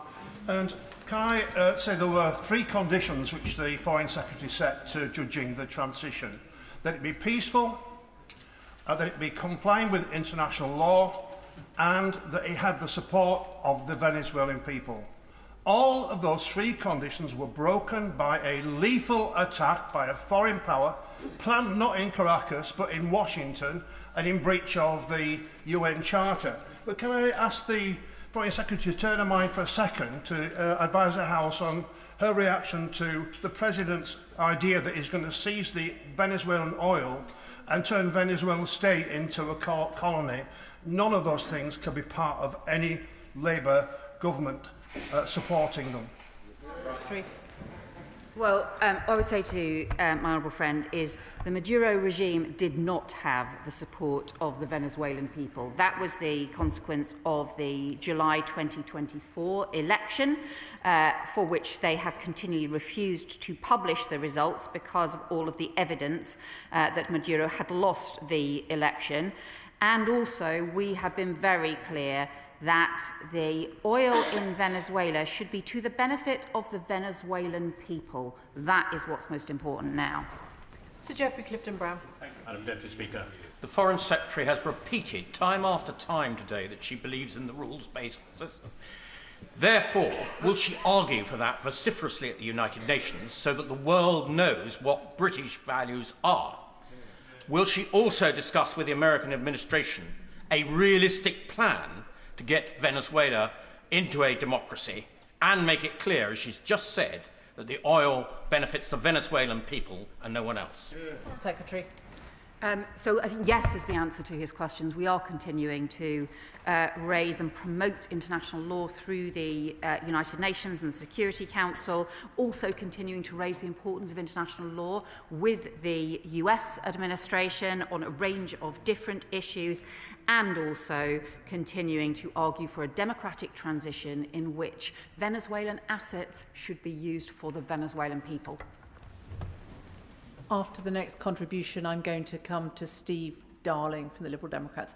Kim Johnson. Thank you, Madam Deputy Speaker. If the Foreign Secretary believes that the rule-based order is important, then why has she and the Prime Minister not condemned the actions of Trump? And does she agree with me that he's nothing more than a megalomaniac and this is imperialism by another name? Secretary. Well, again, what I would say is the Maduro regime has been deeply damaging for the people of Venezuela. We don't shed a tear for the end of the Maduro regime. We do believe, however, that it is essential that we get a peaceful transition to democracy in line with the rule of law and in line with international law. That is what we have continued to argue for over many years and are continuing to argue for now, because that is what is in the interests of the Venezuelan people. Steve Darling. Thank you, Madam Deputy Speaker. And with Donald Trump taking a leaf out of the Putin playbook and becoming an international gangster in the Americas, what assurance can the Secretary of State give this chamber that the coalition of the willing to protect Ukraine will become the coalition of the capable to defend Ukraine? Foreign Secretary. Well, again, I really would advise members against somehow suggesting there is equivalence between what happened this weekend and Putin's brutal invasion of Ukraine. The kidnapping of thousands of children in Ukraine, the targeting of a democratically elected President Zelensky, and the continued war in Ukraine, where we will continue to work with the US in defence of Ukraine. That is why we are pursuing the issue of security guarantees as part of NATO, as part of our transatlantic alliance, which is immensely important to the security of the UK and to the security of Ukraine. Steve Witherden. Thank you, Madam Deputy Speaker. President Trump has behaved like a member of a criminal gang, bombing Venezuela, a sovereign country, kidnapping its head of state and his family, and killing many in the process. Where next? Colombia, Cuba, Mexico, Panama, Greenland? Here? Does my right honourable friend agree that if we do not stand up to deviants and bullies like Trump, they will only be emboldened to repeat their illegal acts elsewhere? I'll just point out to my honourable friend that Maduro was not a recognised head of state by the UK government and by many governments, not least because of the deep corruption, the refusal to respect the July 2024 election, and the deep damage that he had done, including now being investigated for crimes against humanity. And also the impact, he talked about the impact on neighbouring countries. Neighbouring countries have also suffered deep damage as a result of the Maduro regime allowing criminal gangs to operate so extensively from Venezuela, and also the rapid migration of so many people from Venezuela as a result of the crisis. David Reid. Thank you, Madam Deputy Speaker. I've listened to the Foreign Secretary now for the last hour and a half, and I'm still completely unclear what the government's foreign policy position is on Venezuela. So I'll ask a more direct question. Does the Foreign Secretary agree with the United States Don Road doctrine? Foreign Secretary. Well, the US has set out, I think, very different versions of the Monroe document has been interpreted, doctrine has been interpreted in very, very many different ways over decades and through generations in different ways, and historians will dispute that. What I can set out is the UK's approach and our foreign policy approach, which is to stand up for Britain's interests in security and prosperity and also our values. That is why we not only stand up for the international rule of law, but why we also maintain the crucial security alliances which are based on laws and values such as NATO and our transatlantic partnership. Justin Madders. Thank you, Madam Deputy Speaker. I think the Foreign Secretary set out how it's possible not to shed a tear for Maduro's removal, but also to be concerned about upholding international law. And in that regard, this should not be seen as a green light for Greenland. So with that in mind, could she confirm to the House that when she spoke to Secretary of State Rubio, she specifically registered the UK government's position in respect of Greenland? Secretary. So I have been in touch with the US Secretary of State about our position on Greenland. The Prime Minister has also made it extremely clear today, and obviously have made it very clear to the House. We feel this very strongly. It is important that Greenland is part of Denmark, and also that the future of Greenland is for the people of Greenland and nobody else. Ben Lake. Foreign Secretary, I shed no tears for the fall of the Maduro regime. However, I do fear for the precedent that President Trump's actions have set over the weekend. Can I ask Foreign Secretary for an assessment for global stability if dictators and despots across the world take a very simple lesson from the US's actions this weekend, that might is right? Foreign Secretary. Well, what we have seen, obviously, is a dictator in Maduro who is no longer running his country, and he and I, rightly, neither of us will shed any tears for that. It is important, however, that we uphold international law and the rules-based order, and also our values. And those values include recognising the democracy and sovereignty for the Venezuelan people, which has frankly not been respected by the Maduro regime over very many years. Ian Lavery. Thank you, Madam Deputy Speaker. The whole world is asking now, who's next? Who's on this list? Is it Cuba, Mexico, Panama, Greenland, Canada, or Colombia? The attack on Venezuela sparked a wave of regional instability, including in Colombia. The Colombian peace agreement, Madam Deputy Speaker, is under threat, exacerbated by the rhetoric from President Trump, who has outrageously smeared Petro as a drug dealer and threatened further military intervention targeting Colombia directly. Given the UK's role as UN Security Council penholder for the Colombian peace agreement, will the Secretary of State make immediate representations to our US counterparts to cease these reckless threats against a close UK partner? Secretary. Well, what I would say to my honourable friend is the instability in the region has been heavily exacerbated and driven by the Maduro regime, by the scale of migration, by the trafficking and the operations of criminal gangs, and also by the escalating influence from Iran, from Hezbollah and from Russia in the region as well. On Colombia, he rightly says we are the penholder and we support the peace process that was agreed, and we have worked closely with the Colombian government on sustaining that peace process. We believe that is extremely important. We will do that through the UN and through with all our allies, and we will continue to do so. Ben Spencer. Thank you, Madam Deputy Speaker. As chair of the All-Party Group on Nordic countries, I'm very grateful to her and the Leader of the Opposition's comments regards to Denmark and Greenland. I'm also very grateful that she's confirmed just a few moments ago that she and the Prime Minister have been raising directly the issue about respect for sovereignty for that key NATO ally. Why then did it take so long for the Prime Minister to publicly espouse his support, so delayed after the Swedish and Finnish and other countries have done so? Secretary. Well, he did so this morning when he was asked about it. Alan Gemmell.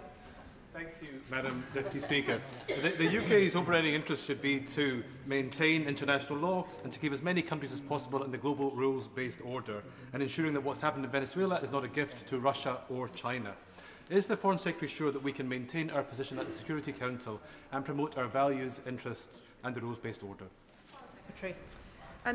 That is what we need to continue to do. The approach of progressive realism that my predecessor set out as part of our manifesto was about how we pursue our values, but also how we recognise the world as it is, which is sadly often not the way we want it to be. How we continue to pursue those values in the most effective way, both publicly and privately through our alliances, and how we make sure that our foreign policy and our decisions are guided by international law.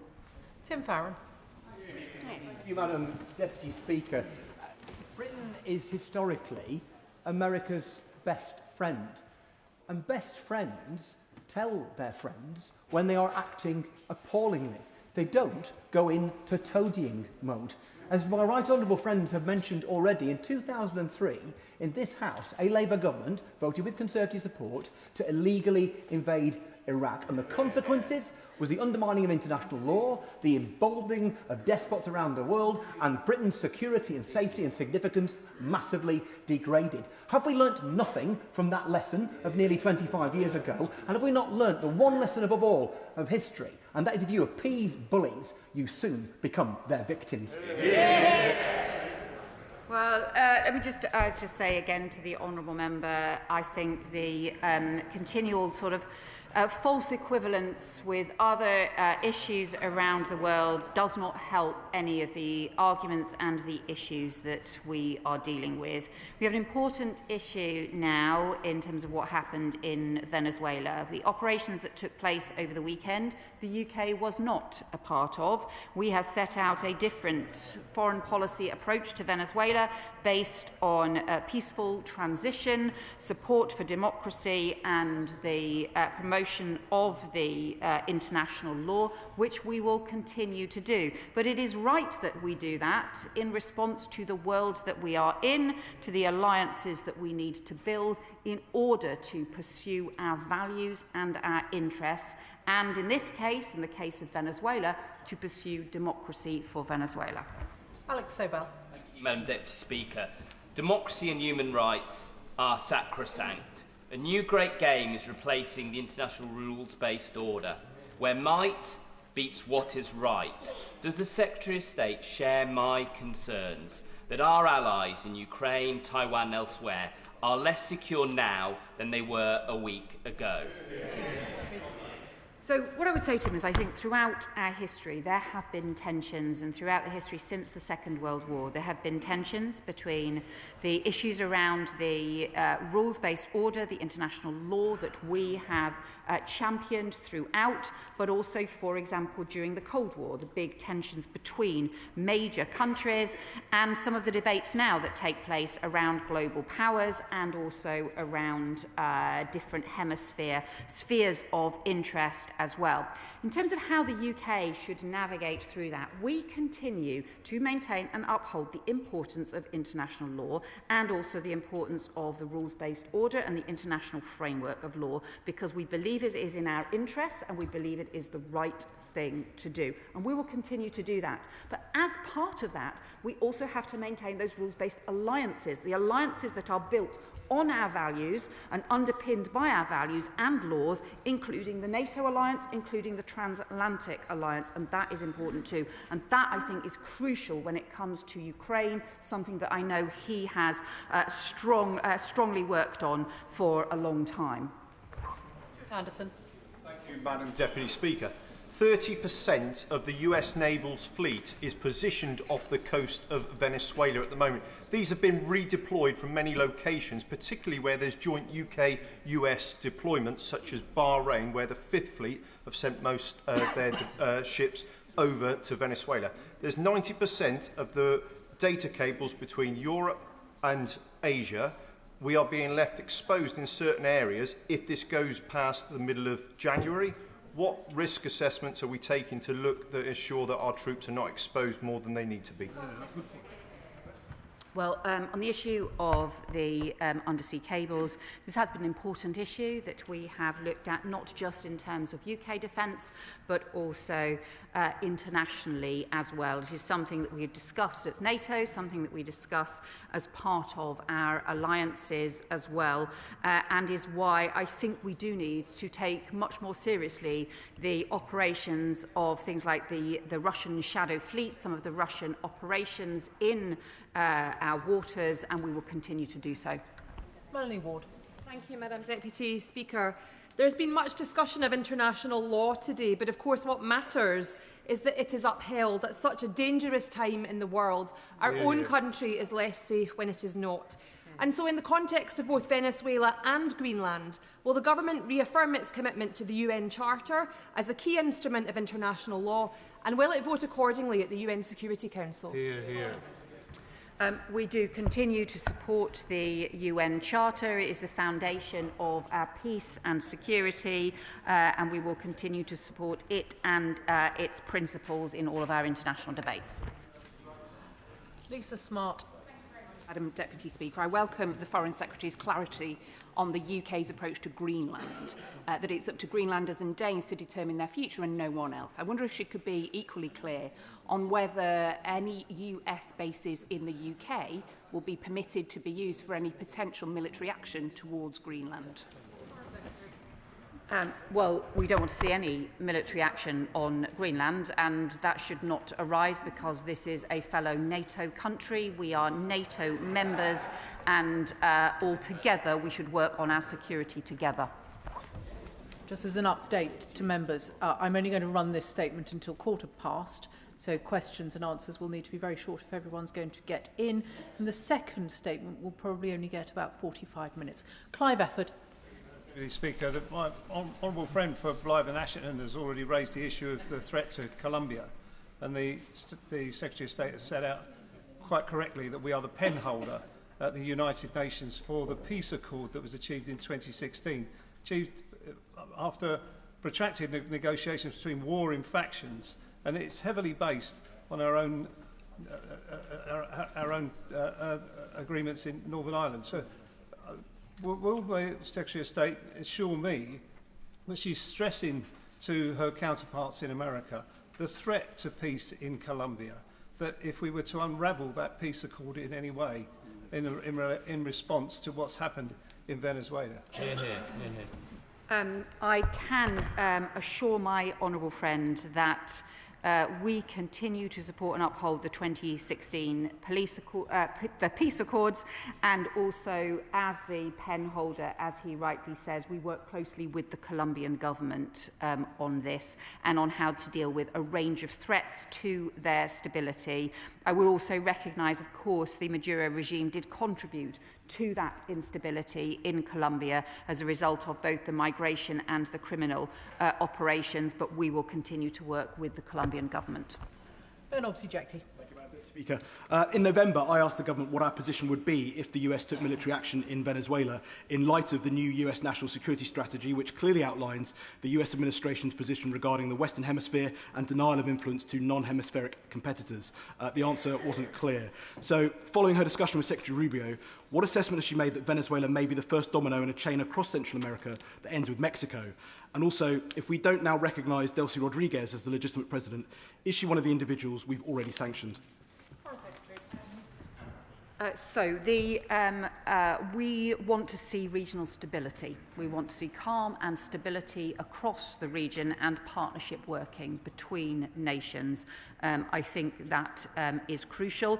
In terms of the Delcy Rodriguez has clearly been part of the Maduro regime for a long period of time, and that is why we believe that there needs to be a transition to democracy in Venezuela that engages all of the different opposition parties and all of the different players within Venezuela, and that is what we will work to do, and that is what I have discussed with Secretary Rubio. Talk Crichton. Madam Deputy Speaker, and can I thank the Foreign Secretary for her statement and for her stamina. And over that last hour and 40 minutes, no one has regretted the downfall of Nicolas Maduro. But notwithstanding what the Secretary of State has talked about, this tension between practical, progressive realism and political principle, few of us can condone his kidnapping to stand trial in the domestic courts of another country. This is all the hallmarks of a treacherous deal between the remnants of the Maduro regime and the United States. But does the Secretary of State also accept that it signals the end of the rules-based international order, and the fraying of that order benefits not our friends in the West, but our foes in the East as well? So, I think I would just reiterate the point that I've made about there have always been challenges and strains around frameworks of international law and the realities of particular issues in different parts of the world. We, as the UK, have always argued for the maintenance of that rules-based order, but also on some of the alliances that uphold that rules-based order. And for us, one of those alliances is the transatlantic one as well. So that means we need both to maintain support for the rules-based order and to maintain some of the crucial partnerships that have upheld that rules-based order. And we need to be able to do both. Sarah Sultana. Deputy Speaker, 2 days ago, the United States carried out an illegal and unprovoked military attack on Venezuela, killing at least 40 people. During that attack, the Venezuelan president and his wife were abducted from their home and taken to the US on bogus drug-related charges. This Labour government is now refusing to assess whether this is legal. So I ask the Secretary of State this. If a foreign power accused the British Prime Minister of breaking its domestic law, bombed targets in the UK, killed dozens of British citizens and abducted the Prime Minister and his wife in the middle of the night, would the government be able to say that was legal? Or is international law only something that applies when Donald Trump says it can? And in that case, is the Prime Minister and this Labour government anything more than Donald Trump's poodle? So I think the honourable member seems to be making an equivalence between the Maduro regime and the democratically elected UK Prime Minister. I just think that this equivalence thing is just really inappropriate, and we should recognise both the huge damage that the Maduro regime has done, and including the fact that it is under investigation by the International Criminal Court for crimes against humanity. Just to give an update on my previous announcement that this statement will now run its course because the backbench business debate has been postponed for a future date. Calvin Bailey. Speaker, the Maduro government had no democratic legitimacy, but a return to gunboat diplomacy and strongman-led spheres of influence is not in our national interest. The rules-based international order is not teetering, but it is collapsing. This is disastrous, but we cannot just bemoan it. We must respond to this threat by building up the coherence of our own bloc, which is Europe. Does the Foreign Secretary agree that these developments demonstrate that the absolute priority must be not on noises off, but on deepening our connections, hard and soft, with our own continent? Well, I think we should strengthen our European partnerships. That's what we have been doing. We should also strengthen our own investment in defence. Again, that is what we are doing. But I also think that the transatlantic partnership remains important. It is what we will be discussing this week with the Americans as part of discussing the security guarantees for Ukraine. Those security guarantees that we have been discussing involving the US are also about the security of Europe, the security of Ukraine, security of the UK, and ultimately the upholding of international law. Monica Harding. Hey, Madam Deputy Speaker, does the Foreign Secretary agree that failing to call out your allies publicly when they violate international law, alongside one's enemies, which is easy, weakens adherence for international law fundamentally? And therefore, will she denounce in this chamber the US's illegal actions in Venezuela and the snatching of its President, however vile? And will she confirm that if it comes to a vote at the UN Security Council, that the UK will stand up for international law and will not abstain? Well, the UK continues to argue for international law, to ensure that international law guides and frames the decisions that we take as part of our foreign policy, and I have directly raised the issues of international law, particularly around Venezuela, with the US Secretary of State, and we continue to do so. Upholding international law also means upholding some of the alliances that sustain that international law, and that is what we will continue to do. Rachel Maskell. Deputy Speaker, in order to hold up international law, it's important that there's robust accountability on two fronts. Firstly, on how we use the intelligence that we have as a country ahead of actions being taken. I wonder if the Foreign Secretary can say how she used the UK intelligence before this operation, but also the accountability after an event, and how we will call the US President to account in the light that he is a sitting member of the UN Security Council. Well, the UN Security Council has obviously been discussing Venezuela today. That is what the UN Security Council would expect the UN Security Council to do on a significant issue. We have, obviously, she will know, a deep intelligence cooperation, security cooperation with Five Eyes countries. On this particular operation, we were not involved and also not informed in advance, and nor were other countries. Mike Martin. Thank you, Madam Deputy Speaker. The US has abducted the leader of Venezuela, yet the government can't say whether it's legal or illegal. Let's try an easier one, Madam Deputy Speaker. If the US were to abduct the Premier of Greenland, would that be illegal or illegal? Again, I would say to the honourable member, there's a continual sort of searching for equivalence when it is really inappropriate to do so. I've made very clear our position on Greenland. The future of Greenland is for Greenlanders and for the Danes, not for other countries, be that the US or any other country around the world. Tom Hayes. Thank you, Madam Deputy Speaker. Like the Foreign Secretary, we want an end to this brutal regime. I hope now that Venezuela can move to a democracy with full control of its oil and resources following this breach of the UN Charter. The Leader of the Opposition says that we live, and I quote her, in a fundamentally different world, in an increasingly dangerous world. After all, no UK Prime Minister previously has had to stand up so fulsomely for Greenland and Denmark's security. So when the facts change, should our stance not change too? Should we not be working more closely with the European Union and EU member states to deepen our security and our economic ties? But do we not also need the European Union to be more flexible and pragmatic about what it constitutes as alignment with the UK?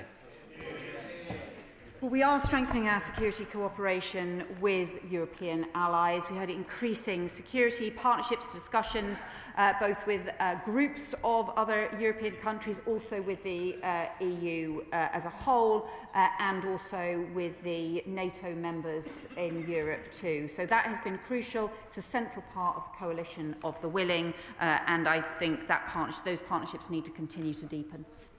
Shockout Adam. Thank you, Madam Deputy Speaker. As the Minister justifies in her statement a flagrant breach of international law by citing that Venezuela's drop in GDP, narcotics trafficking and gold trading. I mean, these are issues that could affect countless countries around the world, but let me remind the Secretary of State, in the words of the person who perpetrated this action, Donald J. Trump, of why he committed this action. The US is going to have a presence in Venezuela as it pertains to oil. We are going to take out tremendous amount of wealth from the ground. We are going to run Venezuela. So can I ask the Foreign Secretary to take a leaf out of Donald Trump's book and answer a question once? Does the government support US colonial expansionism, or does the government believe in the rules-based world order? Which is it? It can't be both. Well, the government supports democracy for Venezuela. The people of Venezuela have been denied that democracy for far too long. We should support that democracy. We should support the international law and a rules-based order and make sure that a future government of Venezuela reflects the will of the people and respects the human rights of the Venezuelan people. Marcus Campbell-Sabers. Thank you, Madam Deputy Speaker. May I ask the Minister if she's reflected on the well-documented difficulties that arise when the US assumes administrative control of occupied territory, difficulties we saw all too clear during the Iraq conflict? And given these lessons, will the government press our American allies to ensure we see an early, credible election, one that enfranchises the estimated 7 million Venezuelans who emigrated during Maduro's time in office? Wouldn't this offer the most legitimate route back to democracy and spare the US the burden and risk inherent in attempting to administer another state? And doesn't this whole situation to displace autocracy demonstrate a need to establish a new consensus that updates the principles that govern the intervention in failed states? I think the Honourable Member makes a sort of important, thoughtful point about the way in which frameworks need to work, but he is right that this needs to be the transition to democracy at the earliest opportunity. The first stages in that are ensuring there is stability and then the release of the political prisoners, the return of political opposition members so that they can come back to Venezuela, because you cannot fight a free and fair election whilst there is still political repression in place. Christine Jodin. Thank you very much, Madam Deputy Speaker. I have to say this is one of the most depressing days I've spent in this chamber in the past few years, because while I welcome the Foreign Secretary's commitment to democracy in Venezuela and her repeated commitment to the rules-based international system and our alliances, I cannot bring that together with this government's abject failure to condemn the actions of Donald Trump in breaking international law. And the concern it has created, reflected in statements by the leaders of Greenland, Denmark, Sweden, the Foreign Secretary herself at the dispatch box. So how is the government going to reconcile that blatant contradiction? Well, I think set out already our clear position on Greenland, the importance of international law, but also the importance of working through our different alliances and being prepared to raise issues, be it around international law or other issues, both privately and publicly as well. And what we need to do is to ensure we can pursue the UK interests and also our values. And we do that through the discussions that will be taking place this week on Ukraine, and we do this through the pursuit of democracy and our values in Venezuela as well. James Naish. Thank you, Madam Deputy Speaker. I was reading this morning that a former Under-Secretary of Defence for Readiness in the US said that he is not aware of, and I quote, any plans for how the next few days will actually be managed by the US. So can I ask the Foreign Secretary what specific reassurances she has received from US counterparts that that isn't the case, that there is a plan in place, and the work that we're doing with our international partners, particularly from NATO, to make sure that support is provided? Well, one of the reasons that I spoke to the US Secretary Rubio yesterday was in order to be able to engage on what the plans now should be going forward. I think there obviously, given the level of criminal gang operations in Venezuela, given the different factions that there have been in Venezuela, preventing greater instability right now, making sure we can get that stable basis and a plan for democracy is immensely important. There is a very strong civil society, opposition groups and so on, but they need to be enabled and supported in order to make sure that we can get that peaceful, democratic transition. It will be crucially important. Jim Allister. Most members of this House will agree with the government that there are no tears to be shed over the removal of the brutal regime in Venezuela. My question for the Foreign Secretary is this: does, and if so how, does such a desirable outcome impact on the government's view of what is permissible within international law? Well, look, there is always a debate to be had about how you respond to different kinds of hybrid threats and complex threats in different countries, and there are also different interpretations that can be made. It's also why we have said, look, it is for the US to set out its interpretation and its legal basis for any action that it takes. But we continue to promote the importance of the international law as it is set out and the UN Charter. He will know there are other areas where we have argued for example, reforms to the interpretation of the ECHR, for example, other areas of international law for other reasons to modernise, but we continue to stand up for the principles of the UN Charter. Paul Wall. Madam Deputy Speaker, from state-sponsored assassination attempts to illegal invasions, in recent years we've seen an alarming rise in the number of countries that are behaving like rogue states, including countries that are members of the permanent members of the Security Council, and I name Russia, given what happened on British soil in Salisbury. But does she agree with me that actually the international rules-based order and international law should be a fundamental principle and practice of the UK, and that's something that we expect other countries to uphold in all circumstances?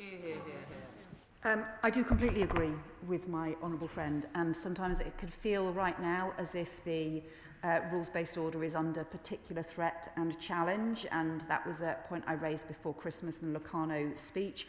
I would say that I think it probably has been under challenge before, and it has endured, partly because countries like the UK have continued to advocate for it, and we must continue to do so.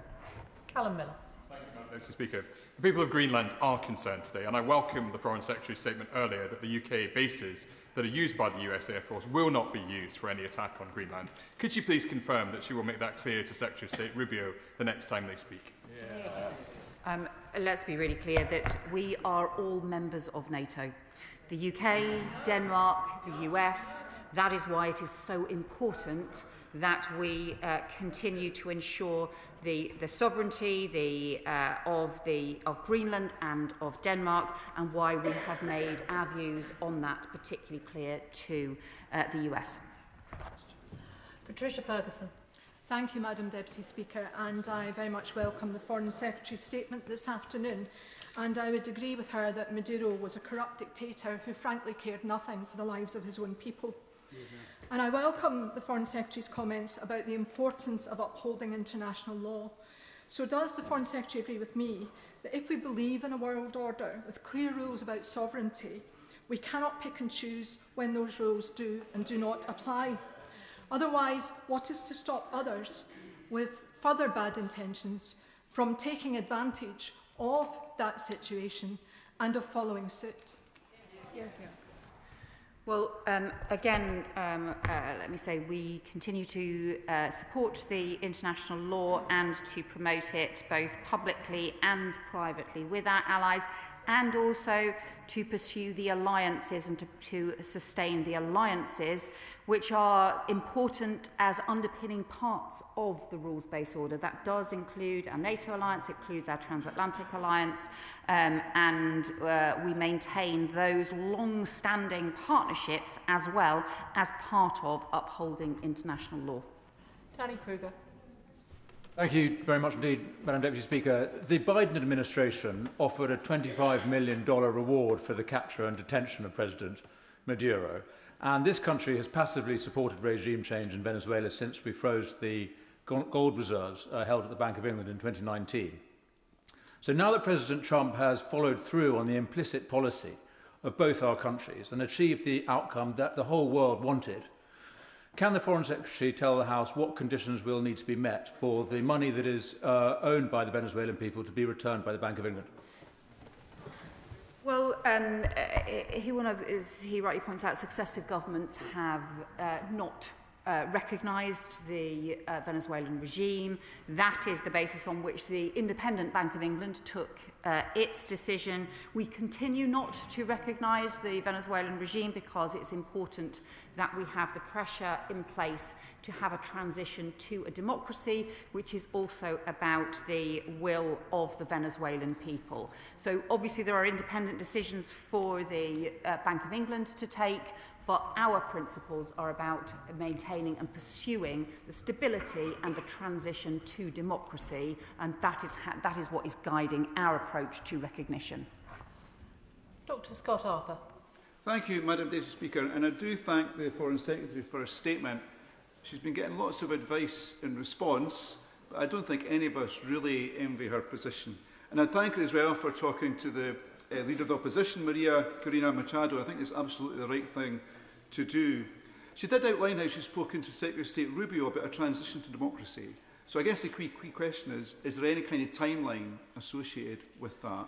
And on recognition of a Venezuelan government, will that only happen once it has a democratic government actually elected? So we don't have the timelines for this currently.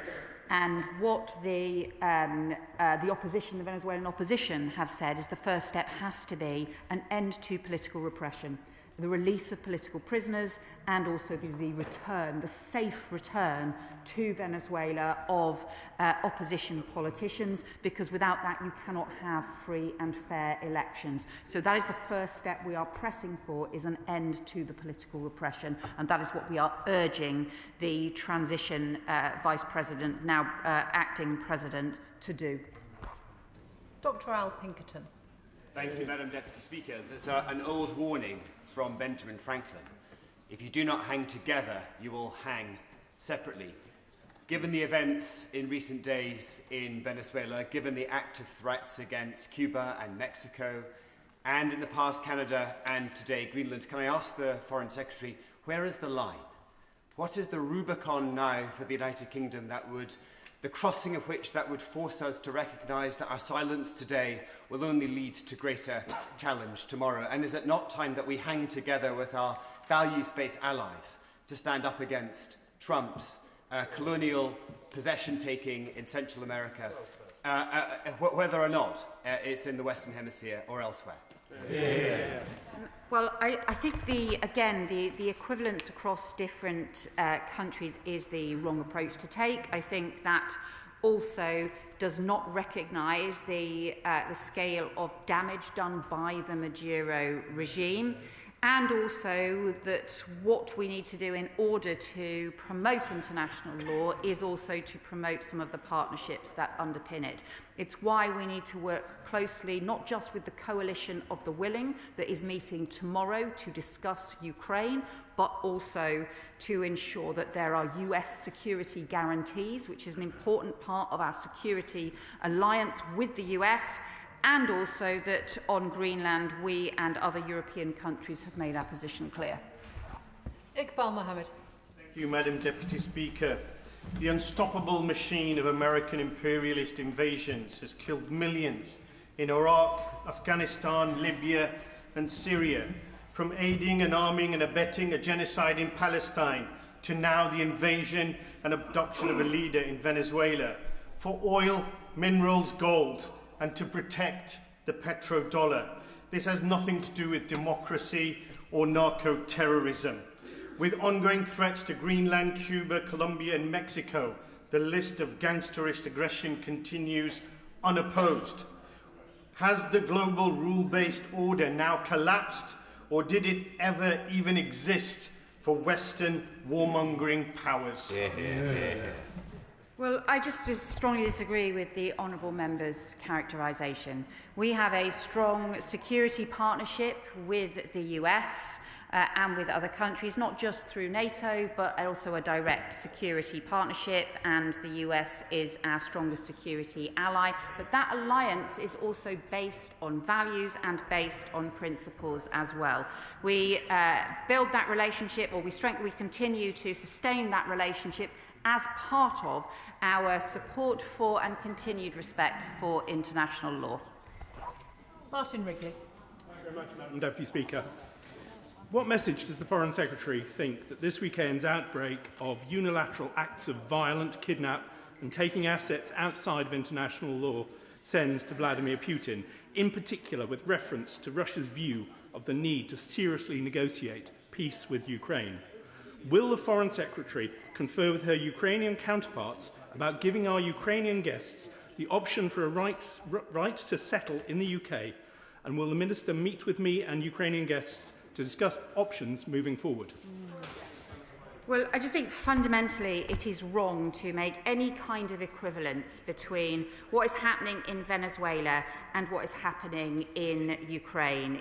These fundamentally different, and the US is playing a hugely important role in pursuing a peace process for Ukraine and also in the discussions around security guarantees, which again is immensely important.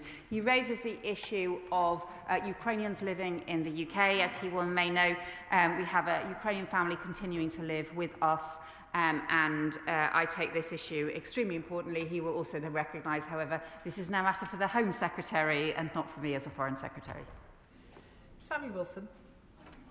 Speaker, the Secretary of State is right that no one should shed any tears at the end of Maduro's rule. Would it surprise her that Sinn Féin, first of all, defended the fraudulent election as being electorally robust and then attended the inauguration event for the President in order to show what they said, solidarity with him, highlighting once again how they're still wedded to criminality and to terrorism. But there's an opportunity now that the Americans have done good for the Venezuelan people by removing the corrupt cancer which so damaged their country. Can she outline what steps can our country take to ensure that democracy is restored in Venezuela? And from her discussions with the Americans, how much will they cooperate with us in that venture? I think no one should be defending the Maduro regime. I've talked specifically to the US Secretary of State about the transition to democracy. The US have said that this is important, but we need to make sure that those conditions are in place, starting with the ending of political repression. Cameron Thomas. President Maduro was illegitimate, but Donald Trump's illegal incursion into Venezuela puts him in the company of Vladimir Putin and will embolden President Xi's ambitions for Taiwan. More pressing for the UK is that a repeatedly threatened occupation of Greenland would see Putin's ambition for NATO's disintegration come to pass. Given that there are numerous US assets in the UK, what discussions has the government had with our European counterparts, including the Danes, to prepare European security against the threat now posed and explicitly stated by the President of the United States? I really just have to say to the honourable member, trying to make equivalence between the US and Russia is just ridiculous. It's totally ridiculous and deeply, deeply inappropriate. A country where we have seen the Russian invasion of Ukraine and also the kidnapping of Ukrainian children, and in contrast, our relationship with the US, in which they are discussing now security guarantees for Ukraine. I think that's hugely important. Ayub Khan. Thank you, Madam Deputy Speaker. Absent international rule-based order leads to chaos, and we all know that within chaos there is order, and sadly, that order is where the strongest survive and the most vulnerable and weak die, neither just nor morally right. So I ask the Foreign Secretary, how can we be both champions and advocates for international rules-based order, yet wholly equivocal when it comes to calling out this flagrant breach of international law? Hear, hear. Well, we have set out our continued commitment to international law and also the importance of maintaining some of the underpinning alliances, rules-based alliances that are so important for sustaining the rules-based order. It's why we will continue to argue for international law and also to continue to maintain things like the NATO alliance and the partnership, and why we will continue to raise these issues both publicly and privately with our allies. Daisy Cooper. Thank you, Madam Deputy Speaker. President Trump's actions are not about drugs, they are about oil. They are not about regional stability, they are about regional dominance. And they are not about upholding the law, they are about breaking it. The Foreign Secretary has said that the government has been clear, but she has not been clear on any of those 3 points. The world has changed this weekend, and it will change again very quickly. So can the Foreign Secretary say whether there is a single strategic decision or practical step that this government has taken in the last 72 hours to shore up our national security or that of our allies, especially Denmark? Well, we've got discussions going on the coalition of the willing, the preparations for them as we speak, the discussions being taken tomorrow. Those are all about strengthening our national security as part of strengthening Ukraine's national security. Adnan Hussain. Thank you, Madam Deputy Speaker. The Foreign Secretary repeatedly emphasises the government's commitment to international law. I, as I'm sure with many of my colleagues across the House, remain confused as to the Foreign Secretary's position in respect of President Trump's actions in Venezuela, whether they were in line with international law, and whether she believes breaching a nation's sovereignty is indeed a breach of international law and order. It could simply be a yes or a no. Well, as I have said, we won't shed a tear for Maduro and for his deeply damaging regime. It is for the US to set out the legal basis of their actions, which we were not involved in. We will promote now the democratic transition, which is something we have continually argued for as part of the policies that we have set out over many years on Venezuela, and we will continue to stand up for international law. Josh Babarindi. Madam Deputy Speaker, throughout this statement, the Foreign Secretary appears to have taken comfort in the UK not having been involved in the US's illegal attack in Venezuela. But the Foreign Secretary cannot escape the reality that for as long as this government fails to call out Trump for his actions, this government is complicit in his demolition of the international rules-based order. So when will the government put its head above the parapet in the spirit of the likes of Charles Kennedy back in 2003 and condemn the US President's attempt to turn our world into his Wild West? Well, again, I would say to the honourable member that he shouldn't make false equivalents in different situations, and that would be inappropriate to do so. We will continue to work with the US in the discussions this week on the defence of Ukraine, which is in itself about maintaining international law and the rules-based order, just as we will also continue to raise issues around international law in our private discussions with them and in public debates as well. Ms Coughlin. Madam Deputy Speaker, few of us regret the departure of Maduro, but many of us are alarmed by the breach of international law. But I am most alarmed by Trump's concurrent threat to Greenland and his previous threat to Canada. The Foreign Secretary says that she likes to deal with the world as it is. So precisely how many NATO allies does Donald Trump have to threaten until the government recognises that Donald Trump is a clear threat to the survival of liberal democracy in the 21st century? We are working with the US administration on support for Ukraine, which is about support for a democratic sovereign state that has been threatened by and invaded by an authoritarian Russian regime. And it is the US that is pursuing peace, that is also discussing security guarantees for Ukraine. So I really do think his characterisation of the world we are in is just wrong. James McCleary.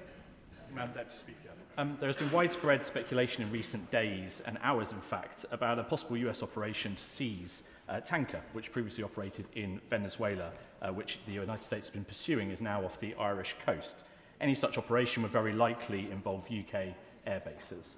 What steps is the government taking to ensure that any deployments of US forces from UK bases, whether in relation to this tanker or other targets it may define in Europe, are in full compliance with international law? So we always ensure that any action that the UK takes is in compliance with international law. He will know that we don't, that those are issues for the Ministry of Defence also takes immensely seriously issues around international law as well, and it is for them to comment on the way in which international law is applied. Solomon. Thank you, Madam Deputy Speaker. At the weekend, Donald Trump invoked the Monroe Doctrine. From her statement, the Foreign Secretary seems to accept that the UN Charter is secondary to great power spheres of influence in some cases. So what criteria does she use to decide when the Charter is trumped by 19th century thinking? And she's talked a lot about alliances today. The great game of alliances in the 19th century ended very, very badly. Well, that is why the alliances that we stand up for today are ones that are based on our values and long-standing rules and relationships. That is what the NATO alliance is. It is based on our values and is immensely important. I'm not sure if he is saying he disagrees with the NATO alliance. That's been the cornerstone of our security for a very long time. John Milne. Thank you, Madam Deputy Speaker. This government has bent over backwards not to criticise President Trump directly. But that only makes him think he can get away with more and more. If President Trump really does invade Greenland, it's the end of NATO, the end of the special relationship. So will the Foreign Secretary accept that the best way for us to protect Greenland today is to explicitly say that President Trump is indeed acting outside international law? Again, I think he wants to treat equivalents in a whole series of different situations. We have been very clear about our view on Greenland. The final question in this statement, Jim Shannon. Thank you, Madam Deputy Speaker. I definitely have the strongest legs in this chamber. I've been bobbing for over 3 hours. Can I thank the Secretary of State very much for her statement and for her strong commitment as well. But will the Secretary of State further outline what support we can offer our US allies to ensure that democracy is restored or indeed is created in Venezuela? That nation has great potential to do so much good. And further, what support can our UK government offer to secure the daily needs of so many young people who have been ignored for many, many years and left in poverty for far, far too long? Thank you. I think he is right about the future of Venezuela and the future for these Venezuelan people, including young people in Venezuela who have been pushed into hardship, into poverty by the corruption of the regime and by the criminality of the regime. There is an opportunity now, but it is fragile. It is very fragile. We have to ensure that we can support stability in Venezuela and this transition to democracy, which is so crucial. Those are the points we will continue to make as part of our discussions with the US, and also that is the work that our embassy on the ground will continue to do. And that concludes the statement on Venezuela. I'd like to thank the Foreign Secretary, who's taken over 90 questions and who's been on her feet for 2.25 hours. Thank you. We now move on to the next statement, which is the Middle East and North Africa. And if I can give the front benches just a few moments to swap round.